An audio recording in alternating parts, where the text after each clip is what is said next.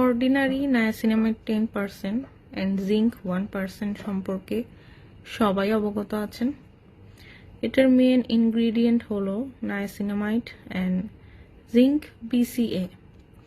এটি মূলত ত্বকে oil control, acne control, dark spot, fine line, রিঙ্কেলের মতো নানা ধরনের স্কিন প্রবলেম দূর করে, সেই সাথে আমাদের স্কিন ব্যারিয়ারকে ডেভেলপ করতে সাহায্য করে। এছাড়াও নানা ধরনের skin problem like melasma, acne, breakout, eczema এগুলো সমস্যা থেকে স্কিনকে রেসিস্ট করতে সাহায্য করে। এছাড়াও আরও নানা ধরনের skin problem like melasma, acne, breakout, eczema এগুলো সমস্যা থেকে স্কিনকে রেসিস্ট করে। So, if you start using niacinamide from today, then you will definitely notice a dramatically changes on your skin. But, most important thing is,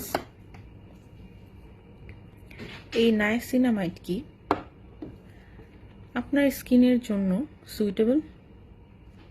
তো চলুন জেনে নেওয়া যাক কাদের জন্য niacinamide is a big no. যাদের স্কিন খুব dry তারা কখনোই নায়াসিনামাইড ইউজ করতে পারবেন না। নায়াসিনামাইডে যাদের অ্যালার্জিক রিঅ্যাকশন হয় তারা কখনোই ইউজ করতে পারবেন না।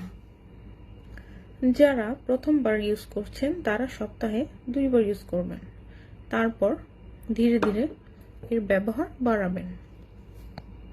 অনেকের স্কিনেই নায়াসিনামাইড 10% স্যুট করে না, যার ফলে অ্যাকনি, ব্রেকআউট দেখা দেয়। সেক্ষেত্রে 5% নায়াসিনামাইড বেস্ট।